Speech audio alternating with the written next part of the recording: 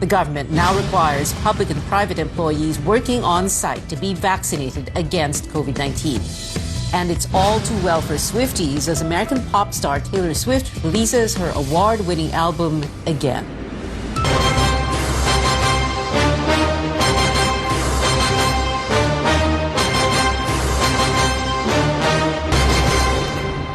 As presidential daughter and Davao City Mayor Sara Duterte gears up for the national elections, her father's party, the PDP Laban, is hinting at major changes.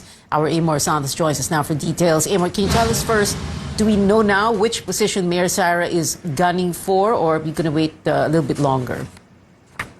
Well, Pia, according to Mayor Sara Duterte's new political party, the Lakas CMD, her final plans for 2022 will most likely be known within the weekend after a jam-packed day yesterday, flying to Balesin for a birthday party, then to Cavite for a wedding where she also took her oath as Lakas CMD member. The mayor is back in Davao City.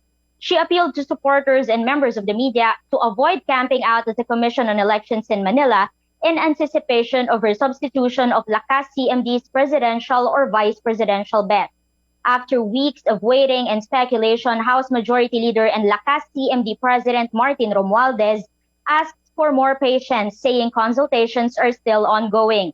That includes whether Mayor Sara and presidential aspirant Bongbong Marcos will run as a tandem. I don't foresee a conflict. I think Mayor Sara and former Senator Bongbong Marcos are good friends. They've been communicating, they've been in dialogue. All of this will unfold. As they say, ilang tulugan na lang at matatapos na itong, how should I say, speculation period, and there will be more clarity. But alalahan lang po natin ay napaka-importante itong desisyon.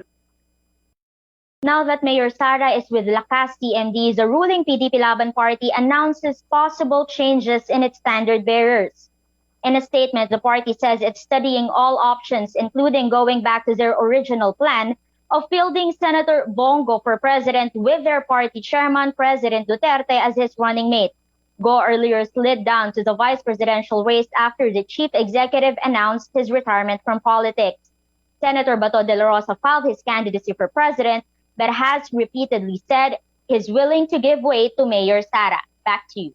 Amor, did PDP Laban explain why it is now considering a Bongo Rodrigo Duterte tandem, and has Senator Bato de la Rosa officially decided to withdraw his candidacy as presidential candidate for the ruling party? Actually, Pia, we've been asking for explanation from PDP Laban officials as well as Senator Bato de la Rosa. Earlier this afternoon, we called their Secretary General Melvin Matibag, but he said they were still in a meeting. Senator de la Rosa has also not responded to our requests for comment yet. Pia. Amor Santos there reporting. A top Lakas CMD party official floating the idea of sharing the 6-year term presidency between Sara Duterte and presidential aspirant Bongbong Marcos. But the former senator rejects the proposal. Our Rex Remigio trailed Marcos in Batangas. Joins us now from Taal Town. Rex, why is the son of the former dictator not keen on term sharing, let's say, with Mayor Sara Duterte? Well, Marcos says changing of the guard is not a good formula for stability if this will happen every 3 years. He explains that even if he shares the presidency, like for example with Mayor Sara Duterte, whom he treats as an ally, if one will be president for the first 3 years and the vice president will take over to be the president for the next 3 years, he says that this will require them to change administrations, cabinet members, and this would also mean uncertainty in some policies. The reason why it is 6 years is because we want some stability in the policies of government. And if we change government every 3 years, which is effectively what the term sharing scheme you're saying will do, then urong-sulong na naman tayo. So far, Marcos says he'll continue most of President Duterte's policies. Earlier, Marcos even offered to adopt the president to be his vice presidential running mate. But the chief executive suddenly withdrew his certificate of candidacy to give way to Senator Bongo. Now, Marcos is firm on his presidential bid. Aming nagkakalat ng balita na sinasabi daw ay ako'y aatras. May kilala ba kayong Marcos na umatras? We can recall, however, that her mother, Imelda Marcos, withdrew from the 1998 presidential race. However, in his speech before supporters, Marcos says he's still hoping for the backing of the administration. He also says he's open to an alliance with Mayor Sara's new party, the Lakas CMD. The Bongbong Sara Alliance has been proposed by his cousin, later Representative Martin Romualdez. However, it has yet to materialize given that Marcos is bent on seeking the presidency, while Sara, although still mum on her next move, seems to be eyeing the same post. Just in case she runs for president, are you ready to face her? Again, I am running for president, full stop. So far, Bongbong says, and she has no any plans, or Bongbong and Sara have no plans of meeting over the weekend. When he was asked if he's open to the idea of running without a vice president, he simply says it can happen. Back to you. Well, Rex, term sharing, of course, for the Senate presidency, the House speakership, that's happened before, but for president, that's Sino. But why is Bongbong Marcos now taking on Batangas, and how is it very important for presidential aspirants like him? Well, Batangas is the 7th most vote-rich province with more than 1.7 million voters. Marcos, however, lost Batangas with a wide margin to Vice President Leni Robredo in the 2016 elections. But for the presidential aspirant, the 2022 elections is different. His Partido Federal ng Pilipinas is even claiming that they have the support of all but 3 mayors in Batangas. But if these kind of support will translate into votes come May 2022 elections, we still have to see if these will materialize. Back to you. Rex Amita there reporting live from Taal, Batangas. An incumbent municipal councillor and 2 aspiring councillors were found dead in Daraga, Albay. Police say Peter Jomel De Leon Advincula, who was known as Bicoy when he made drug allegations against President Duterte in 2019, is now in custody as a suspect in the killings. A witness says Advincula fetched the victims one by one from their hotel in Legazpi City Thursday to attend a political meeting. The witness was also fetched but got suspicious of Advincula while in transit. She was able to escape and reported the incident to the police that night. Now, earlier this morning, Advincula appeared at the Daraga police station. He reported his discovery of the bodies inside a stall he frequently visits. While police say the case is almost closed, they are not ruling out the possibility that Advincula might be a fall guy. Advincula's wife, Amy, filed her candidacy as mayor of Donsol with Bicoy supposedly to substitute for her. It is unclear for now if this is an election-related case. The Armed Forces welcomes a new Chief of Staff. Lieutenant General Andres Centino succeeds General Jose Faustino Jr., who retired today. The Armed Forces praised Centino's integrity, management acumen, and desire for peace and development.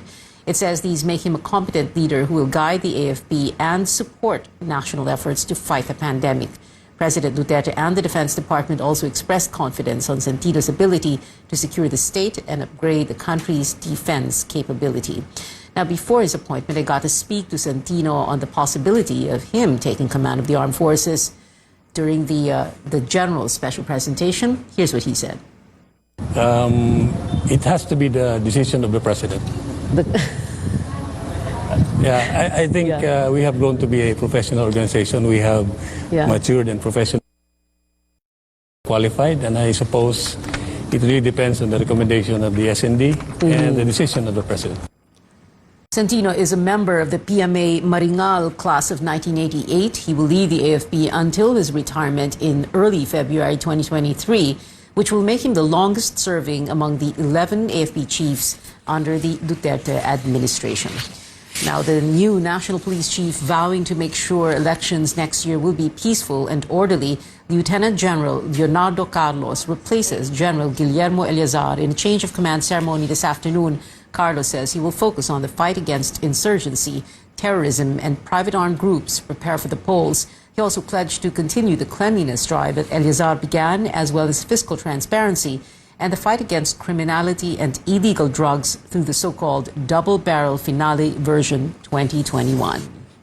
We will further develop and strengthen our area police commands to make our operations on the ground more focused and aggressive as we strive to further deny insurgents, terrorists, and private armed groups the opportunity to sow terror in our communities, especially during the election period.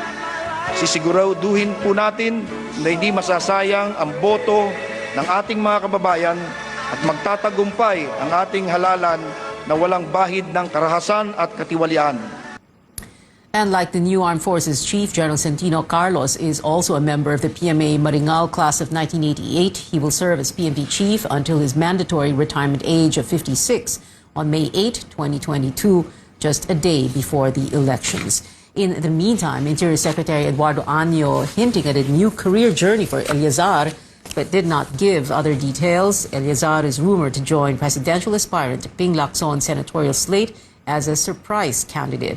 One of Partido Reforma's senatorial aspirants earlier said he will withdraw from the race, citing his low ranking in recent surveys. When asked about the matter, Lacson's running mate, Senate President Tito Soto, said to just wait for their announcement on Sunday. Coming up on Newsnight, the government issues a new policy in a bid to bring up the vaccination numbers, mandating the inoculation of on-site employees. And planning to visit Boracay anytime soon? We've got good news for you after the break.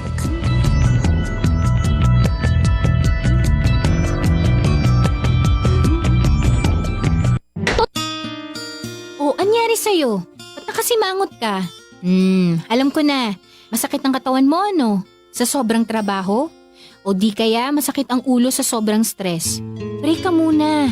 Hinga ng malalim at imasahe ang ulo mo gamit ang Herbalaya Liniment Oil. Ako rin ganun eh. Kaya pag mataas ang tensyon sa trabaho, mag-Herbalaya break ka muna. Herbalaya Liniment Oil. Amoy na kaaya-aya. Sa bawat pahid ay ginhawa. Ang bawat Pilipino. Para sa Step 1 registration, pumunta lang sa register.philsys.gov.ph para makapag-register sa PhilSys online. Ito ang PhilSys, ID natin to.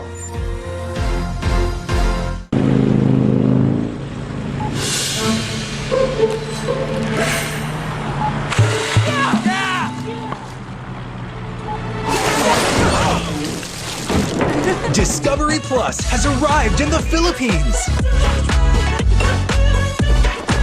Your new home of larger-than-life entertainment and unforgettable characters is here.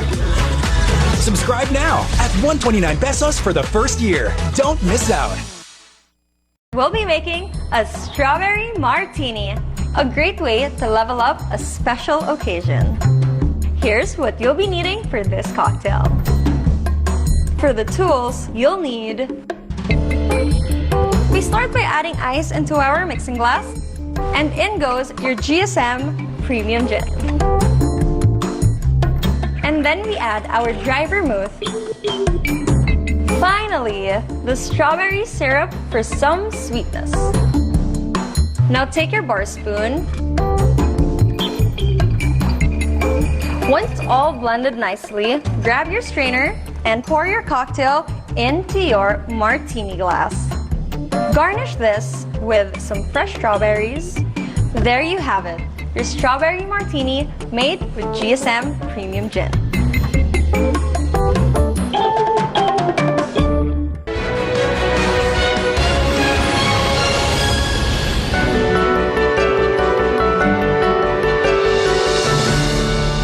Welcome back to CNN Philippines. To ramp up the COVID-19 vaccination drive, the Interagency Task Force now requires inoculation for on-site workers in areas with enough vaccine supply.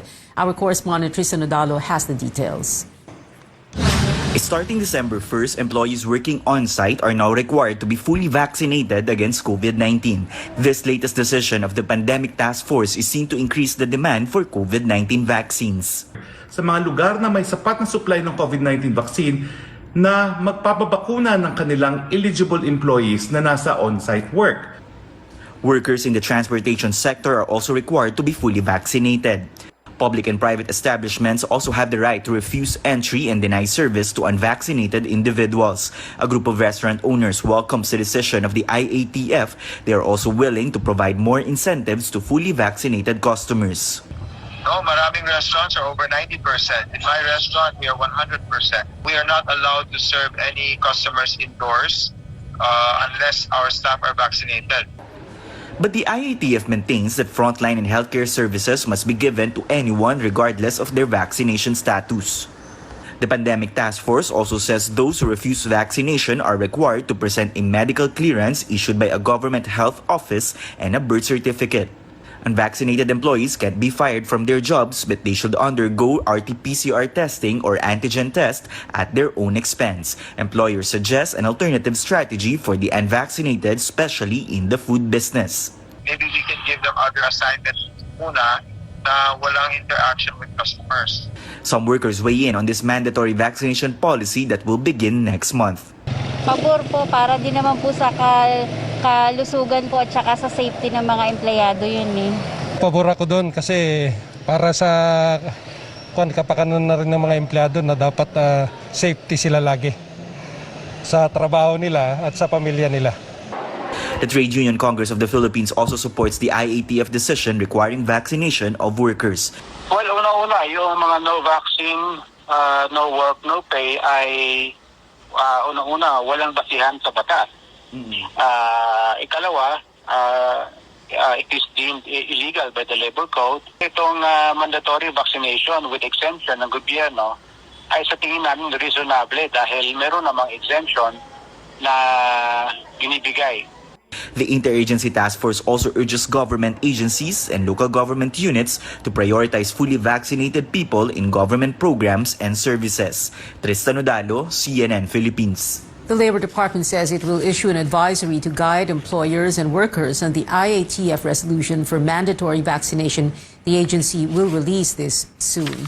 In the meantime, labor group Kilusang Mayo Uno says that instead of mandatory vaccination, the government must grant a 2-day vaccination leave for daily wage and contractual workers. We'll have to wait a little bit longer for the revised guidelines on the use of face shields. The Interagency Task Force met Thursday to discuss the Health Department's recommendation to only require face shields in hospitals and enclosed public utility vehicles in areas under Alert Level 1 and 2. The IATF has forwarded its recommendation to President Duterte, but his spokesperson says he has yet to make a final decision. The President may also make the announcement himself. Several local governments earlier relaxed rules on face shield use, but Malacanang advised them to wait for Mr. Duterte's decision. Health experts are reviewing the mandatory quarantine guidelines for fully vaccinated international travelers. Presidential Advisor for Entrepreneurship, Joey Concepcion, earlier asked the IATF to remove quarantine rules for fully vaccinated passengers. Instead, Concepcion proposed to have them tested twice, first 48 hours before departure and again upon arrival in the country. But the Health Department says it still needs to check the science and data before easing measures. So alam po natin, anything can happen in between when you go and travel from your point of origin to your country of destination. So kailangan talaga mabusisi po nating pag-aralan ito para hindi po natin magkakaroon tayo ng increased risk of infections. Maybe in the coming weeks after the IATF next week, we can already provide appropriate recommendations based on science and evidence. In the meantime, a foreign affairs official says the IATF is not ready to lift facility-based quarantine for fully vaccinated travelers. DFA Undersecretary Brigido Dulay says authorities are looking into the possibility of shortening the quarantine period instead.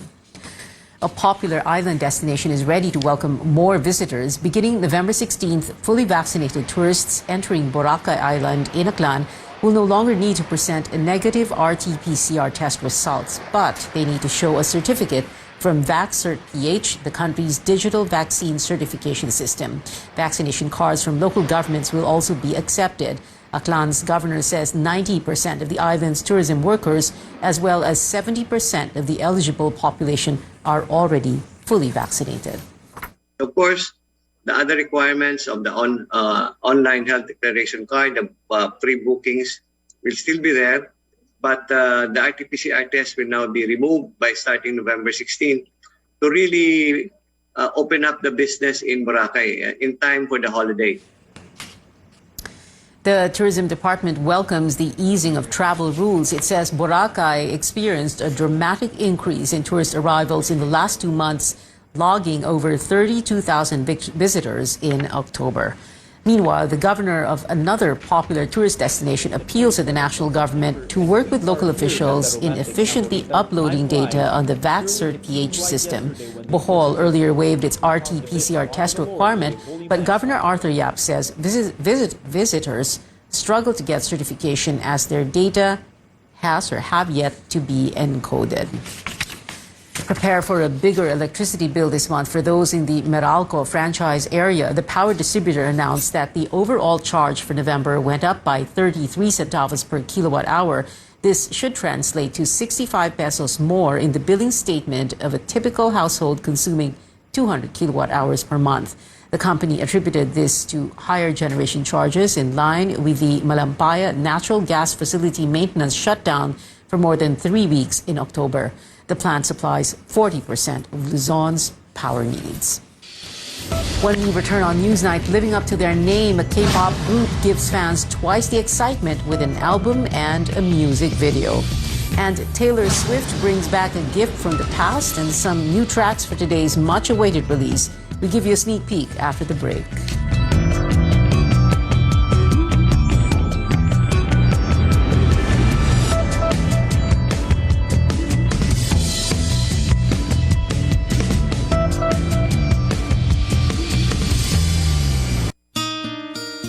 Anyari sa'yo? Ba't nakasimangot ka? Alam ko na. Masakit ang katawan mo, ano? Sa sobrang trabaho? O di kaya masakit ang ulo sa sobrang stress? Break ka muna. Hinga ng malalim at imasahe ang ulo mo gamit ang Herbalaya Liniment Oil. Ako rin ganun eh. Kaya pag mataas ang tensyon sa trabaho, mag-Herbalaya break ka muna. Herbalaya Liniment Oil. Amoy na kaaya-aya. Sa bawat pahid ay ginhawa. For my babies, only vet-approved Nutri-Chunks puppies. The only one with active boost and prebiotics na Pampalisto. Made with real meat with essential nutrients to help them grow strong and healthy. Happiness! Listo, ganado sa Nutri-Chunks puppies. When it comes to my family, I make sure to give them only the best. Meals that are healthy, safe, and flavorful. And that is why I choose Magnolia ready-to-cook chicken templados. It is so easy to prepare. In just 12 to 15 minutes, you can already enjoy this delicious family flavor. All you have to do is preheat your pan with oil. Now, pan fry your Magnolia ready-to-cook chicken barbecue. And if you wish, you can also grill this for about 12 to 15 minutes or until cooked. There you go, and now you can enjoy home-style goodness with Magnolia ready-to-cook chicken templados. Now, each Salyado Sigurado pack is pre-marinated. It is made from fresh chicken. It is so easy to prepare and super delicious. And not only that, but it is also high in protein, which helps boost our immune system. And you can get your Magnolia ready-to-cook chicken templados from Magnolia Chicken Stations. They come in chicken tocino flavor, and they also have the chicken teriyaki. This is so tasty, so tender, super, super delicious. My kids absolutely love this. Now, it's also good to know that Magnolia chickens are raised in a stress-free environment with no hormones, no antibiotic residue, and with omega-3. Ganyan ang alagang Magnolia.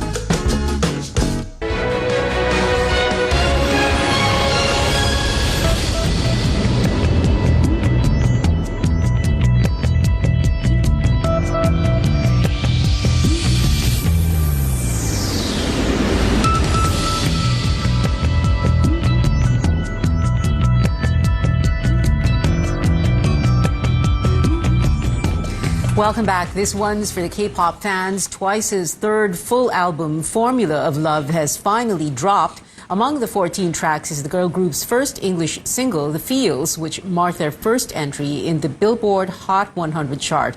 Apart from the new record, Twice also gave fans a music video for Scientist, which swiftly entered Twitter trends. Take a look.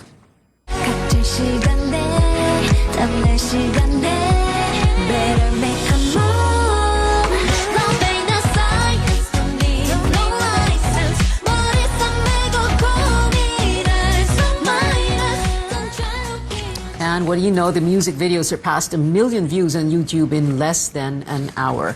And also trending, 9 years later, Taylor Swift has released her award-winning album again. Red Taylor's version dropped today with 30 songs, 8 of which are new. Among these is a 10-minute version of fan favorite All Too Well. The new rendition has added verses from Swift's original recording. A short film for the Heartbreak Ballad also comes out tomorrow. But for now, we give you a sneak peek at the much-anticipated track. The idea you had of me, who was she? A never needy, ever lovely jewel, who's trying to flex on you.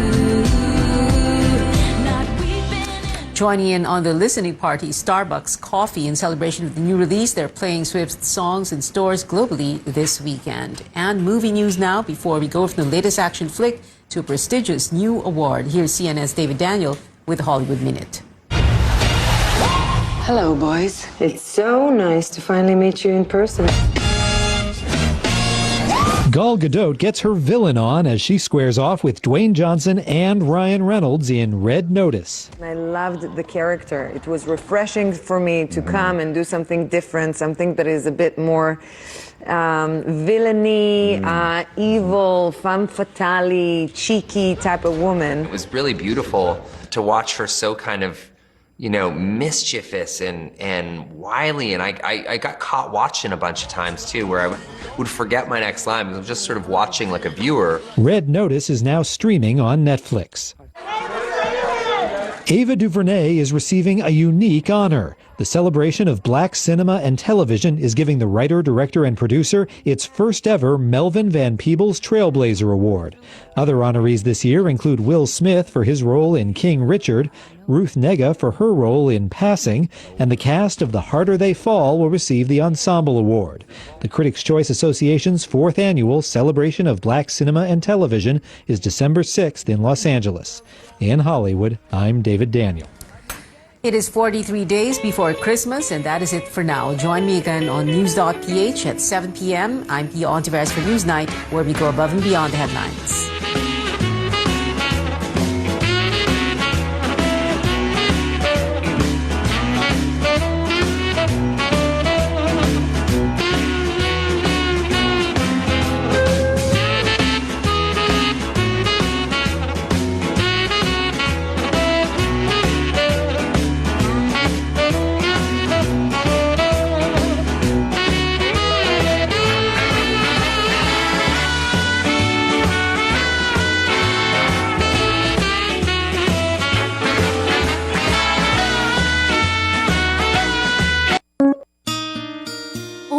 Sa'yo?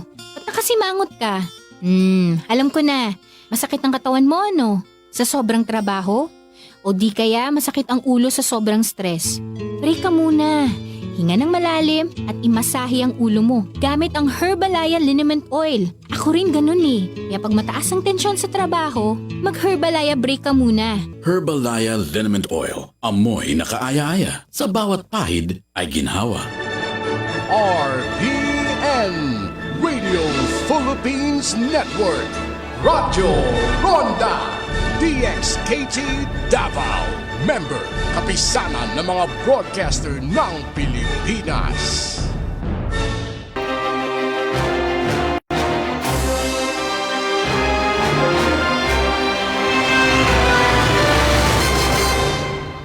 More than 176 people want to join the senatorial race. There are 12 seats up for grabs. Among the aspirants is an advisor to the Health Department and the president of the iBank Foundation. Let's now get to know Dr. Mingita Padilla. Good evening, ma'am. Good evening, Ruth, and good evening to everyone who's watching tonight. Maybe the first question I would like to ask you, Dr. Padilla, why do you want to move from the medical field to politics? Actually, Ruth, it was a leap of faith, but what I had to do and hope that somebody would catch me because the call was coming little by little, getting louder and louder. But the last straw was the pandemic and the response of the government, which we really felt was there was no sense of urgency. And there were so many things which could have been done better. Then the final straw was all the corruption that we saw.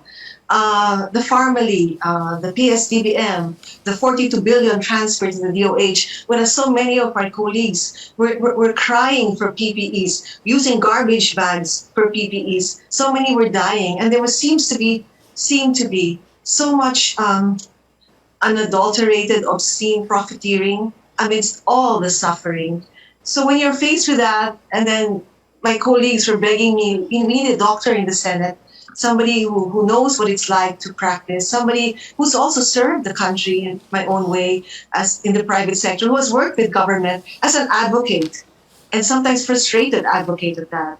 I think everything, snowballed and snowballed and snowballed, and afterwards I kept asking for signs from God, and I got it, and the call was so strong. And despite the fear and the sadness in a way, because I had to leave my patients, I cannot continue as it was. The call is stronger than the fear. And that's why I'm doing what I'm doing, because if I don't do it, I'll regret it the rest of my life. So we have to try. Dr. Padilla, you already mentioned yung ibang nakita nyo na sort of how the government allegedly mismanaged the COVID-19 crisis. But how would you have handled it? Like balancing lives and livelihood, like the implementation of the lockdowns, and also yung benefits for our medical frontliners? Well, I think I've always maintained in all my interviews that there was a lack of sense of urgency, that instead of locking down right away or closing borders right away, they were still thinking of hurting the feelings of China. Vaccines could have been more made available earlier, because we heard complaints even from some diplomats that the Philippines didn't seem serious because there were so many innuendos but no serious deals, no serious. They kept flirting but were not serious, something like that. I mean, it was like there was no sense of urgency, and it seemed that they were thinking about deals more than public welfare.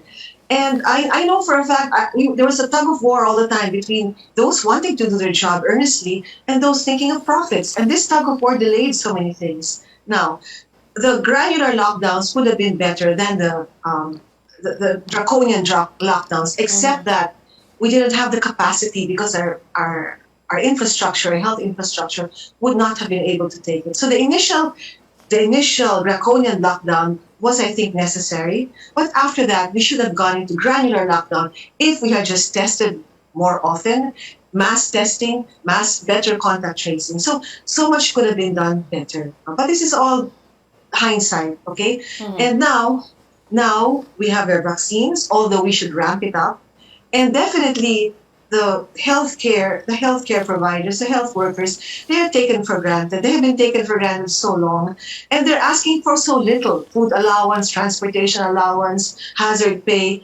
And then, I was at a rally this morning at the Senate, and I could really feel their pain when they were talking about, you don't want to give us, you only gave 20% of us those benefits, and we see all this money allegedly or apparently going into the pockets of so many people, and yet you cannot give us what's due us. And you're now angry at us when some of us go abroad for greener pasture, and you say we have no malasakit, we have no compassion for our country. But what did you do to us? It was a nurse was in tears saying these things, and this is how we feel. We doctors are hurt. We are hurt, and that's why this was also the source of the statement of indignation, which over 600 of us have already signed, which is very rare. Indignation and call to action.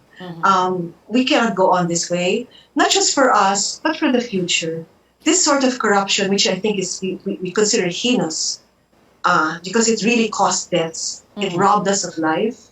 It robbed us of a chance to recover faster from this pandemic. It cannot go on, and we cannot condone it, and we cannot turn our backs to it. It must change. So, Dr. Padilla, how do you plan to combat what you're calling heinous corruption?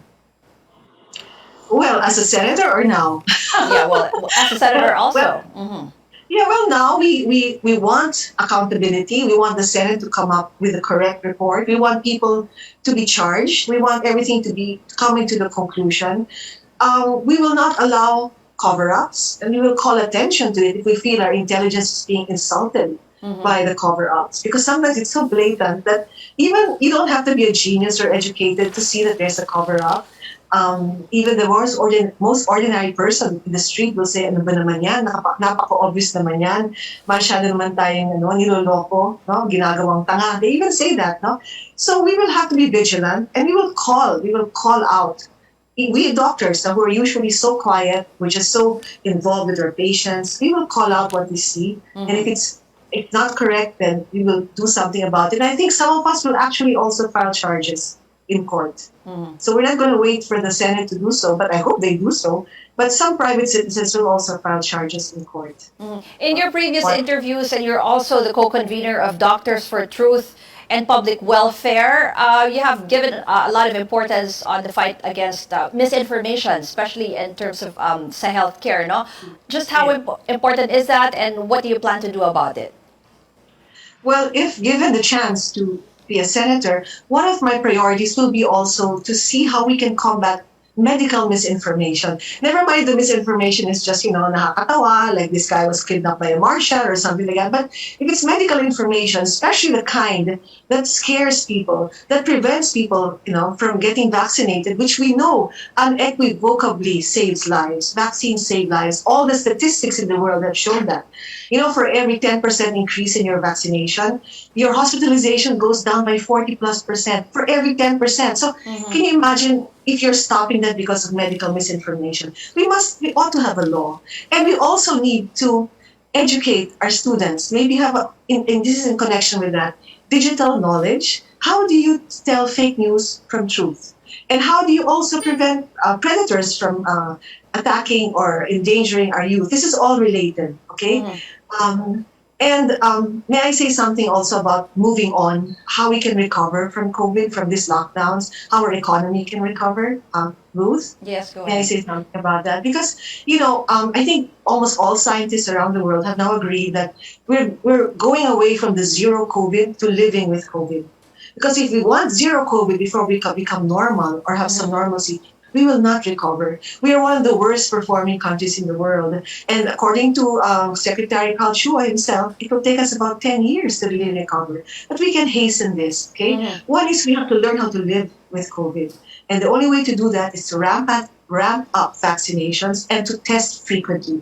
We cannot just limit ourselves to PCR. And I'm glad to see that in many areas, in many offices, in many government agencies, they're using the antigen test because this is the one that's very practical. So we can go about our daily lives more freely. But as far as vaccinations are concerned, we have to now look outside NCR because this is the problem.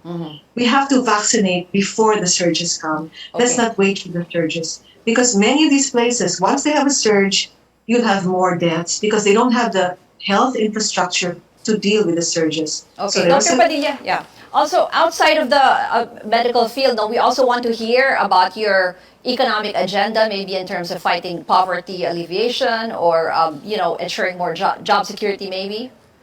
Yeah, well, of course, you know that the health will always be related to jobs, okay? Because if you have, like what we saw, the pandemic, the whole world stopped. We lost jobs, etc. But I'd like also to focus on, the neglected parts, neglected sectors of society, which are the farmers and the fisher folk. Because they are in dire straits, and our country is in danger of losing our farmers if we do not pay attention to them.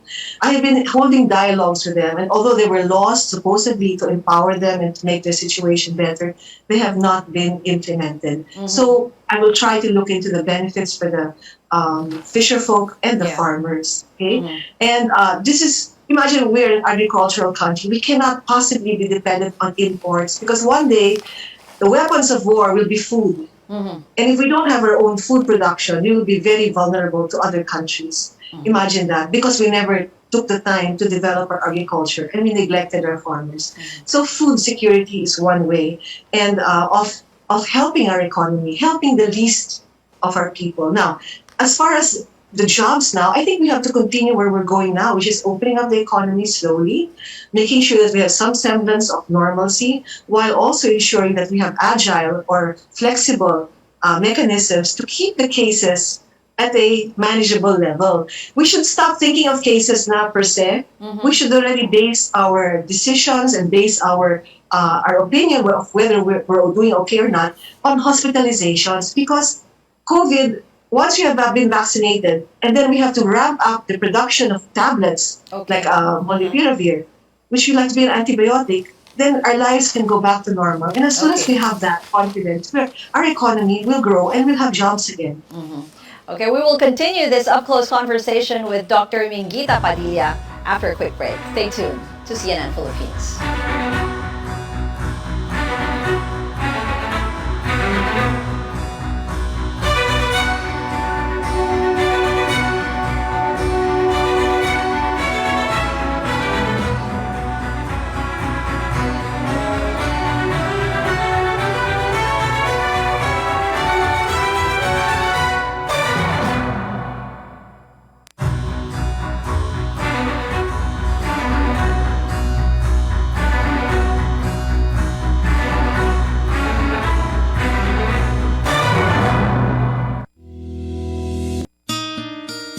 Anyari sa'yo? Ba't nakasimangot ka? Alam ko na. Masakit ang katawan mo, ano? Sa sobrang trabaho? O di kaya masakit ang ulo sa sobrang stress? Break ka muna.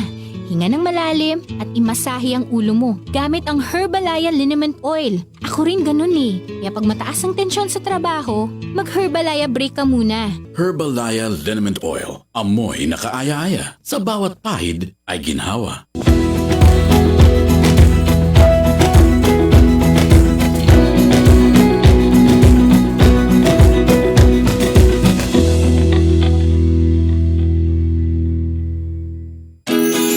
Regent Mochi, your locally produced glutinous rice cake, comes in mango, green tea, ube, and assorted flavored packs. Regent Mochi Japanese-style glutinous rice cake by Regent. Gumagaan ang inuman pag sandiglay. Hoy, musta? Ako, stress sa work, kaya ini-imagine ko nasa beach ako.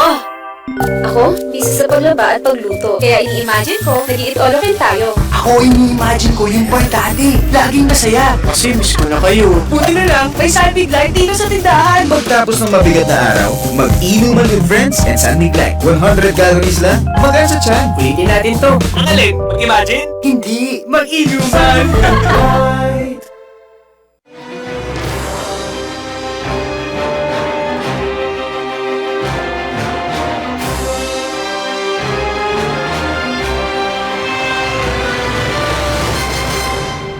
This is the final word on CNN Philippines. Thank you for joining us. I'm Ruth Cabal. We continue our up-close conversation with senatorial aspirant Dr. Minguita Padilla. Doctor, I just want to know what you plan to do with the war on drugs. How do you plan to handle that?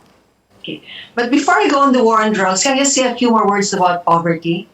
Just a few more words. Go ahead. Because I forgot to mention that come next year, the new budget, the Mandanas ruling of the Supreme Court will come into effect, meaning LGUs will be getting more funds, not 27.6% more than they are today. And we need to make sure that these funds are able to improve the economy in the LGUs, especially in the very poor communities. Okay, so that needs a very close monitoring by the DILG and the various other line agencies. Make sure that they have deliverables. It should be results-oriented. So you have the money, but we want to see results, and that means oversight. And as a senator, we'll make sure we have oversight, whether it's health, it's agriculture, and other devolved functions of government. So it's full devolution. Okay. Now the war on drugs. The war on drugs. You know, I used to be the president of the Drug Abuse Research Foundation, or DARE. Okay, so we had a very, very successful drug rehabilitation program. But you must remember, the drug addicts need a lifetime of healing. You cannot just say, okay, tapos ka na sa rehab mo, you're okay. No, you need a lifetime of healing. And the best support comes from the community. So it has to be a community-based response. We must go after the big fish. We must go after the pushers. We must go after the drug lords. But please, do not go after the users, no, per se, or the small time. You have to heal them. You have to heal them. I know that there's a lot of criminality behind drugs. I know that. But I also know that so many of these addicts can have a better life if they have the right guidance. So we had a very nice system in there. And a lot of the church groups and the community groups can do that also. So let's think of it as a disease. Okay, but a lifelong disease. In other words, it's just like being an alcoholic. You have Alcoholics Anonymous. Recovering drug addicts need a lifetime to heal, and they need the support of the community. They should not be discriminated upon. They should be supported. This we can do, actually, through programs in the community. And we can make it one of our projects as well. Dr. Padilla, for the last part of our interview, we have questions, a series of questions that you should just answer with yes or no. No explanation needed, okay? First question, do you favor easier public access to the SALN of the President, Vice President, and members of Congress? Definitely yes. Do you support Yes. lifting foreign ownership limits in the Constitution? Yes or no? Some of it, yes. Yes. Some. Okay. Yes. Do you favor the reimposition of death penalty for drug-related crimes? Now, I would have to say no. Should a sitting president be allowed to run for vice president in the next election? No. Do you favor resuming peace talks with communist rebels? Yes, to a certain extent. Should the country be more aggressive in protecting its maritime interests in the West Philippine Sea? Definitely yes. Okay, thank you very much. Thank you for joining the Final Word Senatorial Aspirant Dr. Mingita Padilla.